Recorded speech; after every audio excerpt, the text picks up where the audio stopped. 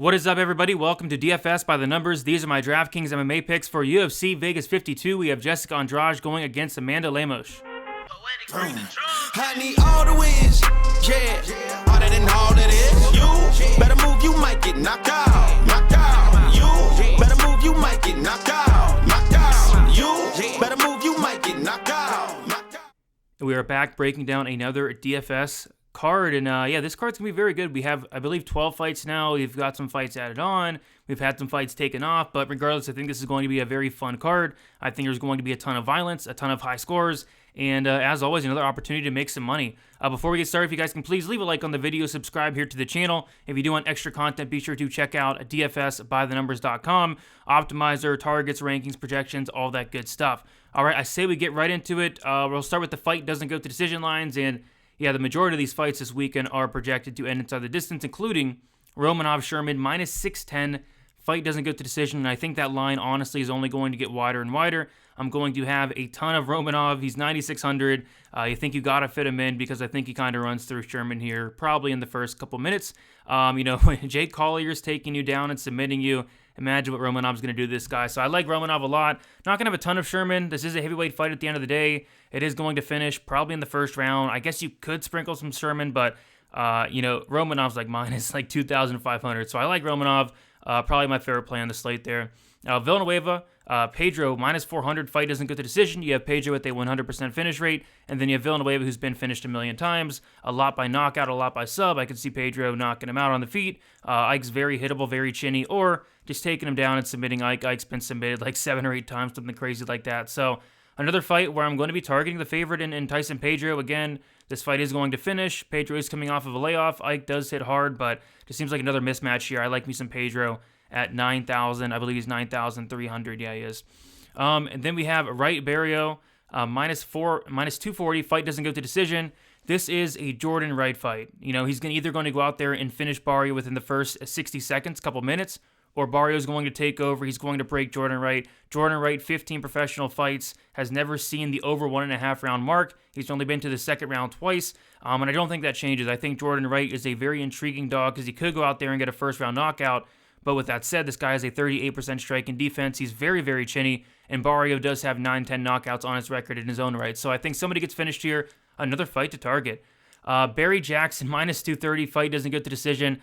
You have Barry, who's 9,500. He's like minus 1,500 on the money line. I'm not going to be touching much Jackson at all. I think Barry should go out here and start Jackson within the first round. So for that reason, you got to play some Barry, but I don't know. It's definitely a big price tag for somebody making his debut. This is not the highest level fight. I do think I'd rather go up 100 more and get Romanov there for the takedown upside. But yeah, Barry should absolutely go out here and smoke Jackson within a round. You got to think. So a lot of these fights projected inside the distance, these ones especially, but more towards the big favorites getting it done early. We'll move on to the core plays. Alexander Romanov, probably my favorite play of the year, honestly. 9,600, very expensive. We are approaching like the John Jones, Amanda Nunes territory up here in price, but, rightfully so. Minus 2,500. Like, this is, one of the bigger favorites you're ever going to see in the UFC ever. He should go out here. He should take down Sherman, finish him shortly after, whether it's a submission or a ground and pound. I think Romanov smashes here and puts up a monster score. Marco-André Barrio, 8,600. I think he has to survive the first 60 seconds against Jordan Wright. I think he takes over. I think he pressures. Jordan Wright hates pressure, and I think he breaks him. I think Barrio is just as live for a first-round knockout as Jordan Wright. I know a lot of people won't agree with that, but Wright is so hittable. He's so chinny, and Barrio's going to pressure him and probably knock him out. So I like me some Barrio, but you got to have some Jordan Wright. Jordan Wright is definitely live for that first-round knockout for sure, but I'm more so on the Barrio side myself. Preston Parsons, 8,100. So this is a fight that just got added on, and this is why the video is a little bit late here today. But Preston Parsons, black belt and BJJ, a 100% finish rate. All 100% of those wins coming by submission. He is going to be the bigger fighter. His opponent is coming up on short notice. He is coming up a weight class as well. I personally think Parsons has a very good chance to get this fight down to the mat, take down Evan Elder, and submit him. But Elder's not a bum by any means. So it's not like a smash spot here, but this is a fight as a whole. 8,100 apiece. You have Parsons, who has a 100% finish rate in both his wins and losses, and you have Elder, who, again, is coming in on short notice, up a weight class, but Elder's not bad. So I'm going to be having both sides of this fight, but I'm more so on Parsons eventually getting this fight down to the mat and getting the submission. Jessica Andrade, 8,900. I really like Andrade in this matchup. I kind of think Lemos just kind of round one knockout or bust. Andrade has fought the much better competition. It's not even close. She has wrestling upside. I think she eventually finishes Lemos. I think she has one of the higher ceilings on the entire slate. And on top of that, she's only 8,900. Now you don't have to go up there and pay 9,600, 9,500 for for Andrade like some of these other plays. So I do like Andrade for that price tag quite a bit. And I think she has a really, really good chance to score well. GPP plays here are tournament plays. And it's just this 9K. Like this 9K range is stacked. Dean Barry, 9,500. 60 seconds is in play here, honestly, for Dean Barry. He should go out here and starch Mike Jackson. If he does not starch Mike Jackson in the first round, just cut them both. Like, he should go out there and finish Jackson. I'd be shocked if he didn't finish him in the first round and a half. So, 9,500, I will have some. I do like some other plays a little bit better, but, Dean Barry, I think you got to play some of them. Marcin Prokhnio, 8,400. I think somebody's getting finished here as well. I think it's like minus 225. Fight doesn't get the decision. Honestly, probably should be a little bit wider against Philippe Lins. 10 combined losses, 8 of them coming by knockout. Prokhnio been knocked out 4 times. Lin's been knocked out 4 times. I think somebody gets knocked out. Prokhnio has been looking a lot better as of late. 2 wins in a row. Maybe he can get a third here against Lins, but I think somebody's getting knocked out here. So kind of playing both sides, and especially at these price tags, I think it actually has a solid chance to find its way in the optimal lineup. I think somebody's going down, and I don't think this fight's going to be that high owned. Arichi Long. Don't know why on DraftKings they have it Iori, Arichi Long. Weird, but 9,100. I love this fight. Arichi Long going against Cameron Else. I think somebody does get finished. I think the fight doesn't go as around like minus 225, something like that. But yeah, I think somebody's getting finished here, whether it's Cameron Else early, Cameron Else 10 wins, all coming in the first round. And Arichi Long is going to be the tougher fighter, better chin, never been knocked out. I think Arichi Long kind of takes over as the fight goes on, breaks Cameron Else, who has been broken many times before and has quit before as well. Arichi Long, another guy in the 9K range that I do like, and I do think he'll be one of the lower owned guys up in that range as well. And then Tyson Pedro at 9,300. I think he finishes Ike in the first round for sure. I think he, whether it's taking him down, which I think he can, or just knocking him out on the feet. Ike Villanueva, very hittable, no striking defense. I think Ike Villanueva has a worse striking defense than Jordan Wright, which is saying a lot. And I think he has a worse chin than Jordan Wright as well, which again is saying a lot. So, I think Pedro, again, should run right through him. I will have a fair share of Tyson Pedro. I'll probably say Pedro and Romanov, probably my 2 favorite fighters up in that 9K range.